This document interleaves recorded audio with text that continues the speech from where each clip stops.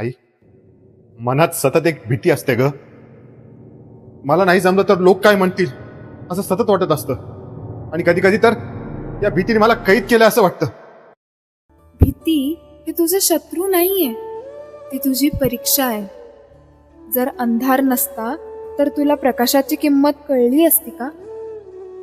नाही ना. लक्षात ठेव, धैर्य म्हणजे भीती नसणं नाही, तर भीती असूनही पुढे चालणं. तू माझ्यावर विश्वास ठेवून फक्त एक पाऊल पुढे टाक.